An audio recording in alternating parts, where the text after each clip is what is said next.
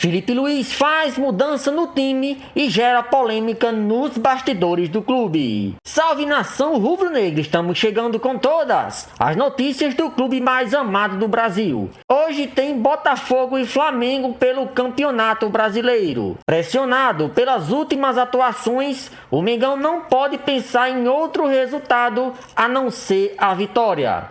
Com isso, Felipe Luiz não pode cometer erros, principalmente no time titular.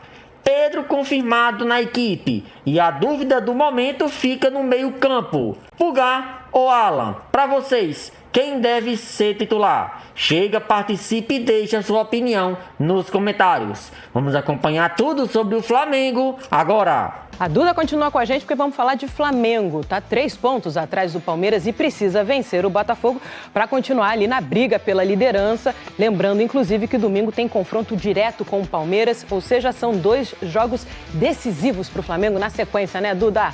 Pois é, vai ser uma sequência intensa no mês de outubro para o Flamengo. E para hoje, o Flamengo tem 4 pendurados que vão estar no jogo, tá? Jorginho, Pulgar, o Arrascaeta e o Carrascal. Então o Felipe Luiz também já tem que ficar de olho nisso, porque no domingo já tem confronto direto contra o líder Palmeiras, como você falou. E assim, essa data FIFA foi muito importante para o Flamengo para tentar voltar a colocar o ataque a funcionar. Isso porque o Flamengo tem o melhor ataque da Série A e também a melhor defesa. Mas nos últimos 5 jogos, o Flamengo inverteu um pouco essa ordem. Conseguiu vencer apenas um jogo contra o Corinthians por 2-1 de virada, marcou apenas 3 gols e levou 4. Então o Felipe Luiz teve que mexer um pouquinho aí, pensar um pouquinho nessa data FIFA. Hoje o titular deve ser o Pedro, que se entrar em campo hoje vai completar 300 jogos com a camisa do Flamengo. Ele chegou em 2020, tem 12 títulos com o Flamengo e fez 150 gols, Débora. Então, para te liberar, Duda, a pergunta difícil você dizer pra gente como deve ser a escalação do Flamengo. Felipe Luiz sempre muda muito, não revela, então você que vai ajudar a gente. É difícil, mas vamos tentar dar uma pista aí pro pessoal. O Pulgar, ele tá de volta, vai ser relacionado e pode começar no time titular, mesmo voltando de lesão, depois de um pouco mais de 3 meses fora por conta de um problema no pé direito. Mas ele pode começar no time titular porque o Flamengo tá cheio de desfalques no meio de campo. A começar pelo Saúl, com problema no tornozelo, ele não deve vir pro jogo de hoje. E também outros 2 jogadores, que aí, o Alan e o De La Cruz, eu vou mostrar pra vocês aqui o gramado sintético. Eles normalmente não jogam nesse gramado, então por isso eles devem aí ser desfalque pra hoje. Vamos passar rapidinho o campinho do Flamengo, principalmente no ataque, né? Porque tem o Pedro lá na frente como possível, de um lado o Lino, que vem sendo titular, e também o Carrascal, como foi na partida contra o Bahia na última rodada do Campeonato Brasileiro. Débora. Vene Casagrande, é por aí que vai vir o Flamengo, é isso? Rossi, Varela, Léo Ortiz, Léo Pereira, Alexandro, Pulgar, ele como titular, é isso? Jorginho, Carrascal, Arrascaeta, Samuel Lino e Pedro, que a torcida tanto pediu. É por aí, ô Vene Casagrande? É por aí. De repente a gente pode ver uma mudança, Fernandinha Maia. Por exemplo, Everton Araújo é um jogador que poderia começar essa partida, mas, assim, eu dando a minha opinião já... E aí seria no lugar do Pulgar, né? No lugar do Pulgar, mas eu acho que se o Pulgar ele estiver bem fisicamente para ele entrar em campo e disputar ao menos 60 minutos, ele tem que ser titular. Por que eu acho isso?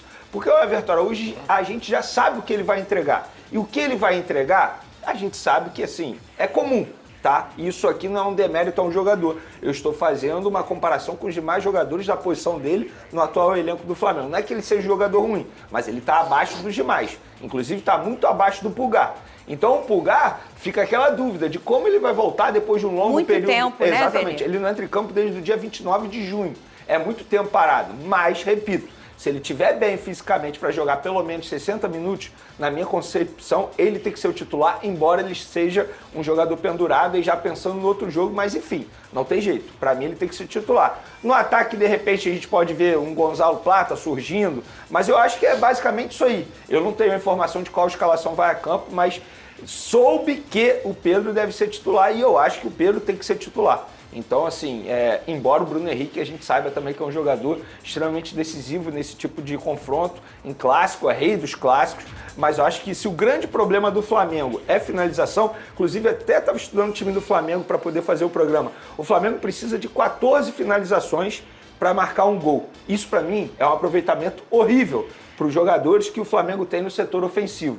E o Pedro é um jogador que ele te entrega finalização, é um jogador que sabe fazer gol, é um jogador goleador. Então, assim, ele é o único que tem o antídoto para o problema que o Flamengo apresenta hoje. Exatamente. Eu entendo o Felipe Luiz, mas se eu fosse escalar, no meu time estaria o Pedro. E aí eu acho que cabe ao treinador ele trabalhar para encontrar um equilíbrio entre intensidade e o que ele entrega dentro de campo. O que ele entrega dentro de campo é gol. É gol que o Flamengo precisa. Então o Pedro tem que ser titular. Muito bem. E pelo lado do meu fogão, a gente...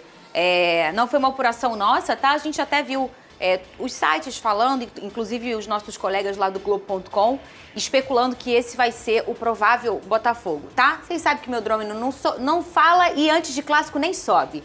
Porque às vezes ele não fala e a gente sobe o drone. Mas é melhor nem subir o drone. Eu prefiro ir o quê? Na base da fé. Entendeu, ô Lucas Pedrosa? Léo Link, Matheus Ponte. Lembrando que saiu agora há pouco os relacionados do Botafogo. O Vitinho não tá nem, obviamente, entre os relacionados. Jogou com a seleção brasileira lá do outro lado do planeta. Nem Alex Telles, né?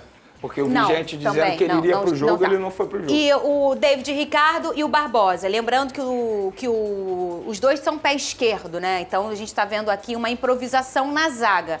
Tem a opção do Gabriel no banco de reservas, que veio do Volta Redonda, já fez o jogo contra o Fluminense. Um bom jogador, 26 anos, mas pode ser essa escolha do Ancelotinho. Marçal pelo lado esquerdo, voltando de lesão. O Alan e o Marlon Freitas, que são os únicos relacionados como volantes na lista de relacionados, não tem outros volantes relacionados. O Santos Rodrigues, Savarino, Cuiabano e Arthur Cabral.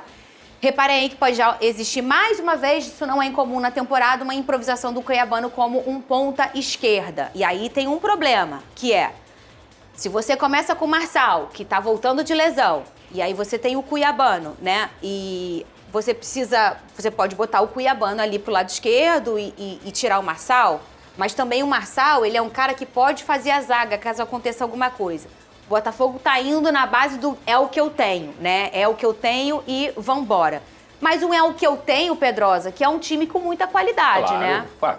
Você tá falando aí, Matheus Ponte, estava no passado, Barbosa, estava no passado, Marçal, Alan, Marlon Freitas, Savarino e Cuiabano. São 7 jogadores que fizeram parte do Botafogo, mesmo nem todos sendo titulares absolutos, fizeram parte do Botafogo campeão. Botafogo campeão brasileiro e campeão da Libertadores. É claro que não é aquele time do ano passado e nem mesmo até a força máxima do Botafogo, mas é um time completamente competitivo. Então eu acho que o torcedor do Botafogo, por mais pessimista que possa estar por conta dos desfalques, tem que olhar, como eu sempre digo aqui, o copo um pouco meio cheio. Lembrando que o Arthur tá no banco de reservas à disposição e tem um outro cara também que a gente não... O Santos tá bem, né?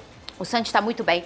E tem um outro cara que a gente não tá falando muito dele. O Jefinho, ele também é uma opção para esse jogo aí, tá no banco de reservas normal, não tem problema de suspensão e nem tá lesionado. Agora, o Fernandinho, em relação à lateral esquerda, de repente pode ser uma estratégia do Ancelotti. Porque assim, o Cuiabano é um jogador extremamente ofensivo. Muito. E a gente sabe como o Flamengo sabe aproveitar o lado direito ali, que é o lado mais forte do Flamengo, muitas vezes quando vai ao ataque. E o Marçal é um jogador mais defensivo. Então o Ancelotti ele pode estar pensando nessa estratégia também. Não tenho essa informação. Estou apenas aqui fazendo uma leitura em cima dessa escalação. E uma boa leitura. Porque é totalmente diferente você ter o Cuiabano na lateral esquerda e ter o Marçal. Sim. Os dois jogadores são muito bons, mas com características diferentes. Não, o Marçal é um cara extremamente capaz defensivamente falando e é um cara com muita experiência e ele cresce muito em clássico grande. A gente brinca entre os botafoguenses que o Estevão tá no bolso do Marçal até hoje, no jogo do ano passado. É verdade. O Marçal entrou com essa função e ele fez o que tinha que ser feito. Vamos começar o 11 contra 11?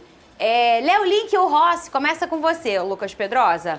Rossi, não tem muito o que fazer aí. Acho que o Léo Link tem potencial, mas são goleiros de prateleiras diferentes. Vai você, Fernandinho. Primeiras damas.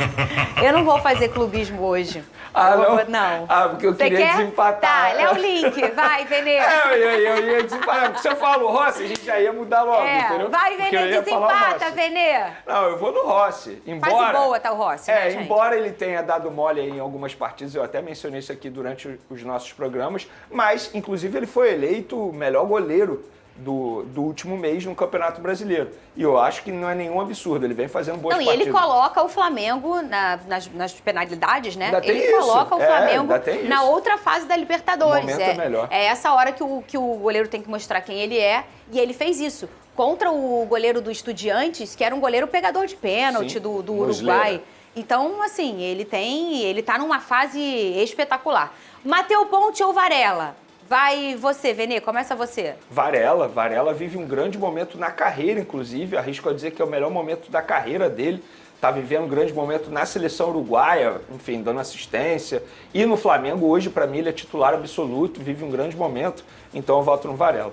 Você? Se fosse o Vitinho, eu iria de Vitinho. Mas sendo o Matheus Ponte, que eu acho até um jogador também com potencial, vou de Varela. O Varela é um lateral que ele faz o feijão com arroz muito bem feito. Ele é um cara consciente taticamente, tecnicamente também não quebra a bola, muito pelo contrário, se dedica, faz o que o Felipe Luiz pede, então acho que ele também está no momento melhor. David Ricardo ou Léo Ortiz? Eu voto no Varela também, tá, gente? Vai. Léo Ortiz, eu acho que, enfim, a gente está falando de um dos melhores zagueiros do futebol brasileiro atualmente, está vivendo grande fase, embora tenha caído de produção, isso precisa ser dito, mas acho que foi muito também pelo desgaste físico, e não só ele, né, o time do Flamengo inteiro também, mas o momento do Léo Ortiz é muito bom. Não fala aquela palavra. É aquelas expressão. Duas palavras. Poupa tempo. Poupa tempo, é isso. O que é, garoto? Poupa tempo. Agora eu quero ver se é poupa tempo. É uma briga boa. Barbosa ou Léo Pereira? Eu vou votar primeiro. Alexander Barbosa. Vai justificar? Bom, a justificativa é... Quer justificar seu voto? A qualidade que o Barbosa tem, é inegociável. Porque sim, lembra dessa? Porque sim. Porque sim. Porque sim. Bom, ofensivamente e defensivamente na bola aérea. Bom no desarme, um jogador experiente, um jogador que tem o brilho, que tem aquela vontade de vencer, aquela competitividade. Inclusive, eu já falei várias vezes nesse programa, ele traz essa personalidade também para a equipe do Botafogo. É um jogador extremamente regular. Ele está no Botafogo desde o ano passado. Ele não tem os primeiros jogos muito bem, é até expulso no início. E eu até brincava, gente, é o Carly da Shopee. E depois ele se transformou num personagem importantíssimo. Atual campeão da Libertadores, atual campeão do Brasil e mantém, mesmo o Botafogo patinando, indo em bons jogos ou não, ele é sempre impecável. Eu não tenho que falar um pingo do Barbosa. Então, e as qualidades que não tem nada a dever ao Léo Pereira. O momento dos dois são muito bons. E se a gente está só olhando o momento, então eu vou olhar um retrospecto recente. Então meu voto vai no Barbosa, sem sombra de dúvida. Vai, o Pedrosa? O meu voto é no Barbosa também. Eu acho que ele é um zagueiro mais completo do que o Léo Pereira, apesar do Léo Pereira ser um baita de um zagueiro. Essa briga é muito boa, cara. É boa. Mas se você olhar 2024, o Barbosa fez um 2024 melhor. O Barbosa sofre com as próprias companhias que ele tem muitas vezes, que toda hora ele tem que trocar de companheiro de zaga e mesmo assim mantém o nível. Então acho que dentro do contexto do Botafogo, o Barbosa é mais importante pro Botafogo até mesmo do que o Léo Pereira. Você, Vene? Bom, eu fui voto vencido, eu ia votar no Léo Pereira, mas porque óbvio, porque é uma briga muito boa. E eu sou um cara que eu sou fãzaço do Barbosa, não só pela qualidade técnica que ele vem mostrando, mas eu gosto da personalidade dele. Eu acho que todo time tinha que ter um jogador como essa personalidade. Não gosta de perder em nenhum momento, enfim, é um cara que compra a briga dos outros jogadores, que reclama com a arbitragem, isso é importante, mas eu sou fãzaço do futebol do Léo Pereira, acho que ele não é valorizado da maneira que deveria ser valorizado pela torcida do Flamengo. Até brinco que ele é chamado de patinho feio do setor defensivo, mas para mim era um jogador que poderia até mesmo ser convocado em algum momento para a seleção brasileira, vive grande momento também há muito tempo. Enfim, voto no Léo Pereira. Tem uma qualidade do Barbosa que às vezes ela fica um pouquinho apagada, porque ele também tem pertinho dele um cara que é o melhor no Brasil, que são os lançamentos, né? Os lançamentos, as bolas longas do Barbosa, elas são impecáveis. Só que aí ele tem o Marlon Freitas um pouco à frente, que faz a mesma coisa que ele faz, só que de uma forma muito perfeita. O Marlon é muito especialista nisso. Mas o Barbosa, se vocês observarem nos jogos, ele é um cara que faz essa ligação direta com muita capacidade. Vamos lá! Marçal ou... Pulei alguém? Não é. Marçal ou Alexandro? Começa você, Vene Casagrande. Vou votar no Alexandro.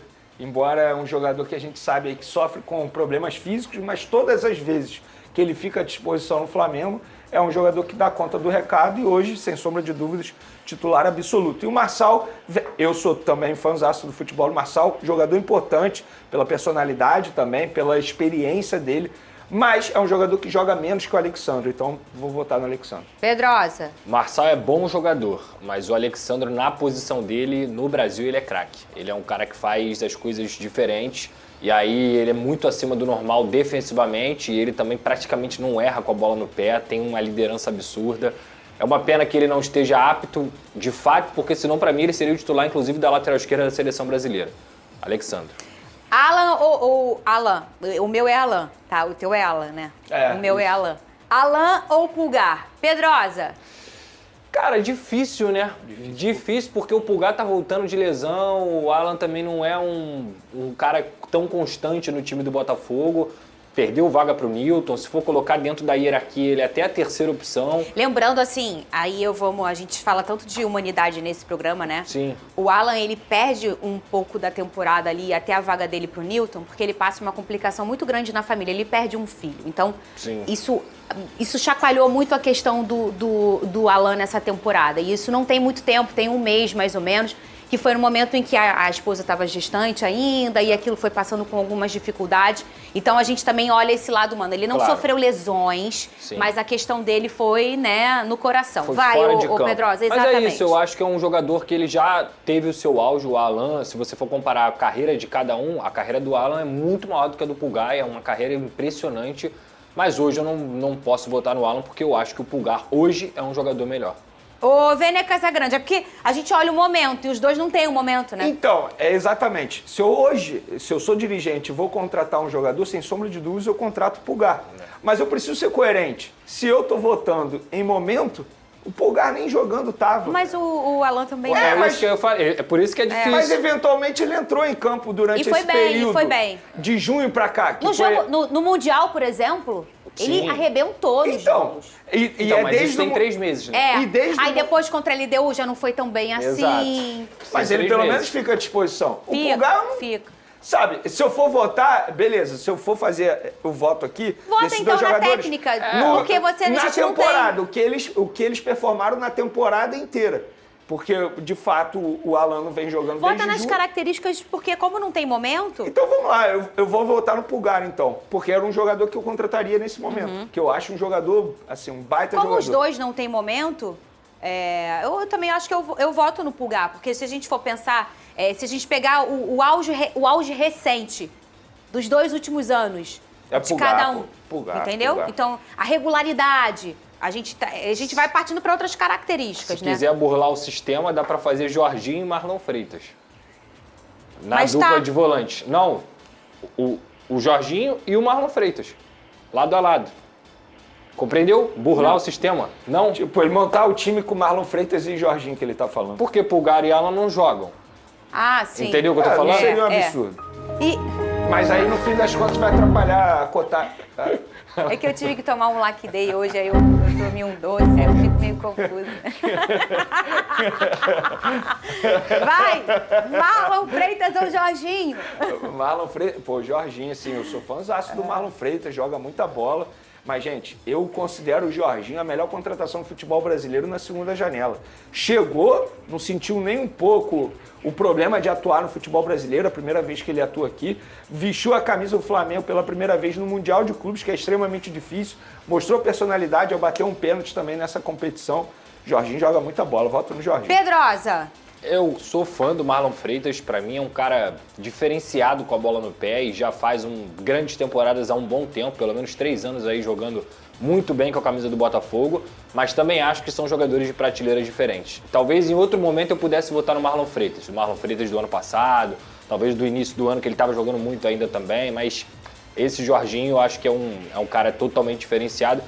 Entro muito na questão da prateleira. Acho que o Jorginho é de outra prateleira. Eu também acho. Eu acho que em relação até a todos, né? Sim. Não sei se vocês concordam comigo.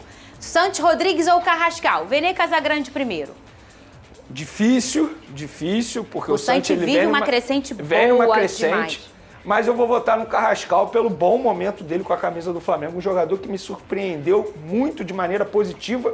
Não pelo que ele vem apresentando, porque assim, O fato do Flamengo ter investido 12 milhões de euros me faz crer que ele é um bom jogador, embora eu não tenha acompanhado ele ali durante 10 jogos seguidos. Eu vou estar mentindo se eu falar isso. Mas a maneira como ele vem performando, até mesmo numa posição que não era dele quando ele chegou inicialmente ao Flamengo, e teve até jogo que o Flamengo foi mal e o Carrascal foi bem, eu voto no Carrascal.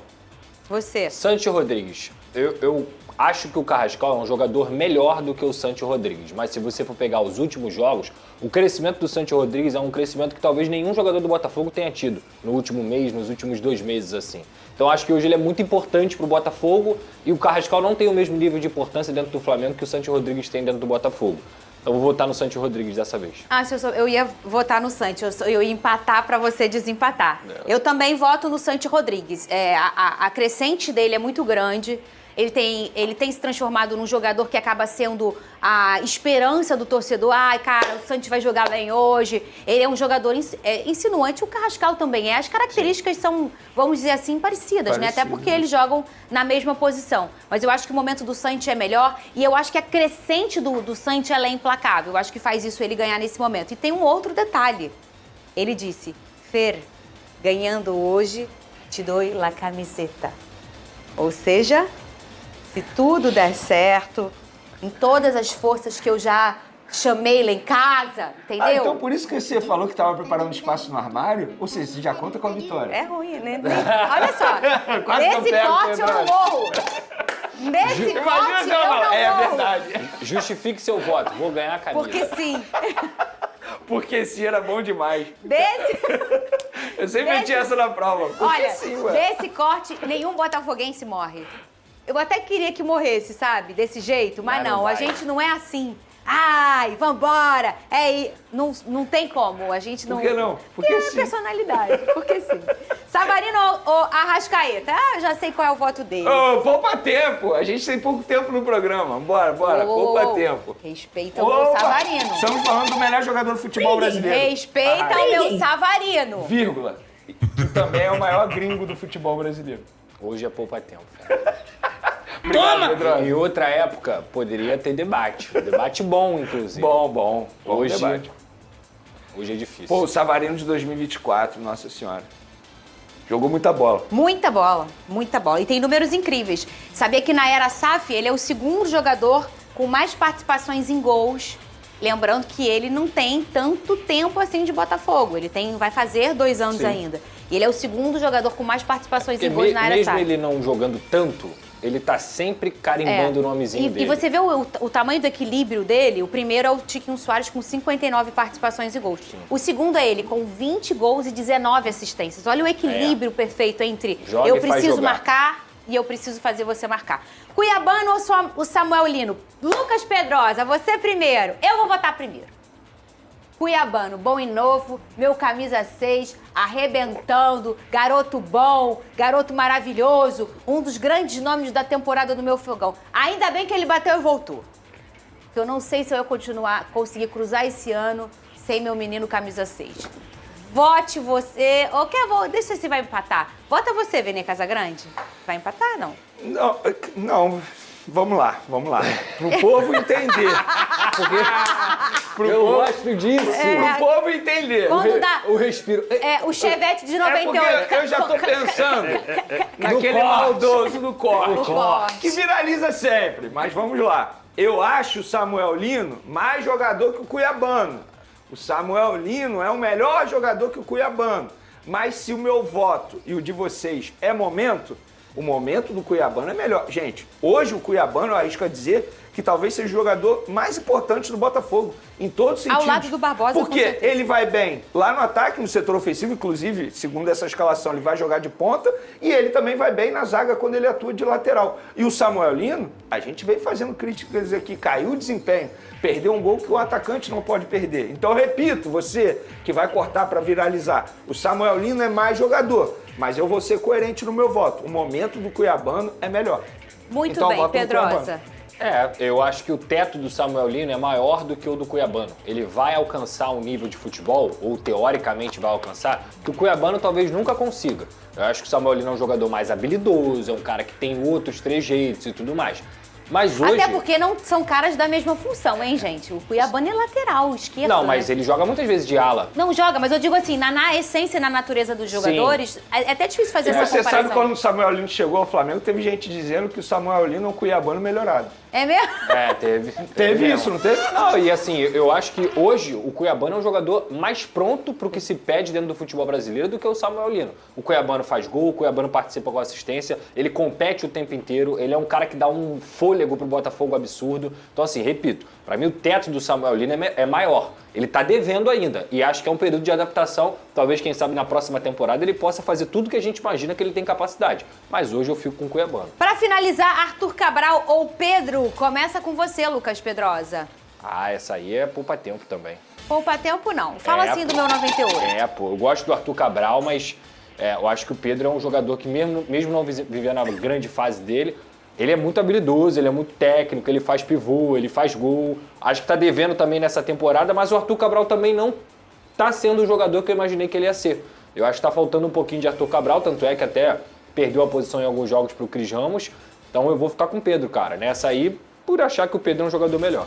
Muito bem. E você, ô Vene Casagrande? No meu voto, eu vou trazer um fato. O Pedro marcou 7 gols nos últimos 11 jogos pelo Flamengo, sendo que ele não ficou 90 minutos em todos os jogos. Ele ficou 486 minutos e marcou 7 gols. Pedro. Toma! Aproveitamento absurdo. É por isso que eu falo que esse jogador ele não pode ser reserva atualmente no time do Flamengo. O Felipe Luiz ele precisa dar um jeito de colocar o Pedro em campo para o Flamengo voltar a fazer gols. Porque ele é o melhor centroavante de futebol brasileiro. Ele em campo, a chance de ter Não um é, gol não. é enorme. Não é o melhor centroavante de futebol brasileiro, não. Não. Em alto nível, todo mundo em alto nível. Eu não sei mais. Não sei Quem mais. Quem é o Não outro? é. Vitor Roque. Não. Vitor tudo Roque, bem. Mas Flávio é porque Lopes, eu não- Caio Jorge. Eu não enxergo. E tem outro detalhe. Aí você olha a última temporada. Igor Jesus. Não. Mas eu considero o Pedro jogando em alto nível. O Pedro da época de Tite, por exemplo, que tinha 30 gols quando ele se machucou. Gente, é Então, o Pedro. Pra mim é o centroavante que... Mas eu acho que, olha como é que o futebol muda, né? De lá pra cá, o centroavante, as características, elas já evoluíram. Então, dependendo do tipo de jogo, o Pedro já não é tão utilizado. No meu tipo Isso é de jogo, muito eu louco, botaria né? o Pedro. Eu E eu acho acho o Pedro, que o 9 eu sou e fãzaço o 11 dele. são as posições em que mais a gente vai ter uma mudança. E às vezes o cara que há 4 anos atrás ele era imprescindível, era o melhor. Você passa um tempinho e você olha e fala, cara, esse cara é bom, mas pro tipo de jogo que eu tô jogando hoje, ele não encaixa.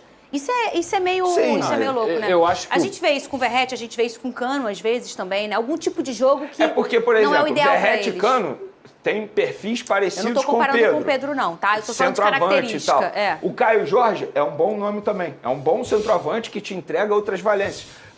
Parecido com o Igor Jesus, por exemplo. Gera jogo, né? É porque eu gosto de centroavante Eu também estilo gosto, Pedro, eu também assim. gosto. No meu time, se eu escalar... Mas vocês entenderam o que eu tô falando? Total. Se há 5 anos a gente tava falando que ele era o melhor centroavante do Brasil, hoje, por tantas mudanças táticas que a gente tem e a intensidade que é tão exigida no até futebol... ano passado a gente falava isso. Isso. O Pedro, porque pra mim, o papo ele é mais amplo, né? Por Muito. exemplo, se você colocar tecnicamente falando, o Pedro é muito melhor do que o Verratti, do que o Cano. Agora, se você for falar em vários momentos das temporadas passadas, o Verratti e o Cano estiveram melhores do que o Pedro. O Ganso, tecnicamente falando, provavelmente ele é o melhor 10 do futebol brasileiro, tecnicamente falando. O Ganso hoje está à frente do Alan Patrick? Não. Está à frente do Matheus Pereira? Não. Do Arrascaeta? Não. Do Coutinho? Não. Então, eu acho que é questão de momento mesmo. Momento e característica. Em técnica, o Ganso provavelmente é o melhor, mas ele não é o melhor no que se pede o jogo. E o Pedro, pra mim, já não é mais o melhor no que se pede o jogo. Eu acho que o Vitor Roque entrega muito mais do que ele, o Caio Jorge entrega mais, o Flaco Lopes entrega mais hoje em dia. Então o Pedro ele é um grande jogador, mas eu não sei se ele conseguiu se adaptar ao que o futebol atual pede novamente. É isso que eu tô falando, é o encaixe de característica com o novo futebol. Que tem crescido a cada ano, a gente tá vivendo coisas novas, Mas respirando vocês não coisas concordam novas. comigo que o grande problema do Flamengo é não fazer gol? E quem te entrega gol nesse time do Flamengo? Não, aí Não, sim, isso é aí outra eu tô coisa. contigo. Então, assim, eu vou te contigo. falar, eu acho que ele tem que ser É por titular. isso E eu que falei, ele é o único É minha que única tem. crítica ao o que Felipe Luiz o problema essa. que o Flamengo tem hoje, E ele é o outra, único que pode só resolver. pra ser justo, tá? No período de indisciplina do Pedro, acho que o Pedro tinha que ficar fora do time mesmo. Sim. Por isso que Também eu achei acho. bom o Felipe Luiz trazer à tona, até mesmo pra gente não criticar de uma maneira errada. Então, naquele momento, eu acho que o Pedro tinha que ficar fora sim do time, não dá para você tolerar a indisciplina. Agora, atualmente, que não tem disciplina, ele à disposição, para mim, é titular absoluto. Até porque o Bruno Henrique não vive uma boa fase, né? O Bruno Henrique não vive uma boa fase. É isso aí. Caramba, é isso mesmo? 300? Pedro e seus 300 jogos pelo Flamengo. A trajetória de um ídolo entre gols, títulos e desafios, chegar a 300 jogos com a camisa do Flamengo é, sem dúvida, um marco que poucos jogadores conseguem alcançar, especialmente em um clube tão grandioso e exigente como o rubro-negro carioca. Para Pedro, atacante que se tornou uma das referências do time nos últimos anos, essa marca representa muito mais do que números. Ela simboliza uma história de amor, superação, dedicação e talento que vem sendo construída desde a infância, passando por altos e baixos, glórias e polêmicas, até se transformar em um dos maiores ídolos recentes do clube. Nesta quarta-feira, diante do Botafogo, Pedro entra em campo para celebrar seu jogo de número 300 com o Flamengo. É uma marca que poucos atingem e que consolida o atacante como uma peça fundamental no elenco, mesmo que sua trajetória recente tenha sido uma verdadeira montanha-russa de emoções, repleta de momentos brilhantes, mas também de desafios dentro e fora dos gramados. A paixão pelo Flamengo desde a infância, a relação de Pedro com o Flamengo é quase uma história de destino. Nascido e criado em um ambiente onde o rubro-negro era mais que um time, uma paixão de família e comunidade, ele começou sua caminhada nas categorias de base do clube ainda no futsal, aos 8 anos. Foi lá, na Gávea, que aprendeu os primeiros fundamentos do futebol e desenvolveu seu estilo de jogo. Permaneceu até a categoria sub-15, quando fez a transição para o futebol de campo, mantendo sua ligação com o clube do coração. No entanto, o caminho até o estrelato não foi linear. Após deixar o Flamengo nas categorias de base, Pedro passou pelo Duque de Caxias, onde brilhou ao disputar a Série C do Campeonato Carioca e se tornar artilheiro. O sucesso o levou para o Artsul, clube pelo qual não chegou a jogar oficialmente, antes de seguir para o Fluminense, rival do Flamengo, onde consolidou seu talento nas categorias de base e na equipe principal. O início promissor no Fluminense e o retorno ao Flamengo. Na base do Fluminense, Pedro conquistou destaque imediato e foi um dos protagonistas da campanha do título brasileiro Sub-20 em 2015. A boa fase o levou ao time profissional, onde logo chamou a atenção com seus gols e presença diária. Durante esse período, o atacante ainda não usava a camisa 9, número que viria a marcar sua carreira posteriormente, tendo passado pelas camisas 32 e 21 antes de assumir o posto mais tradicional dos centroavantes. Apesar do sucesso e da ascensão meteórica no Fluminense, o destino o levaria de volta ao Flamengo, clube onde seu amor pelo futebol nasceu. Em janeiro de 2020, Pedro retornou ao rubro-negro, inicialmente por empréstimo, 7 anos depois de ter sido dispensado na base justamente por sua estatura considerada baixa na época.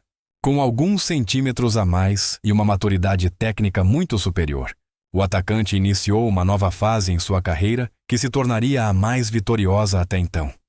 Construindo uma história de glórias e gols no Flamengo, ao chegar ao Flamengo, Pedro encontrou um time que acabara de conquistar a Libertadores e o Campeonato Brasileiro em 2019, formado por grandes craques e com uma torcida apaixonada e exigente.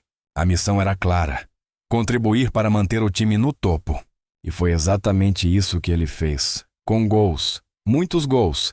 Até o momento, Pedro acumula quase 300 jogos com o Flamengo e mais de 150 gols.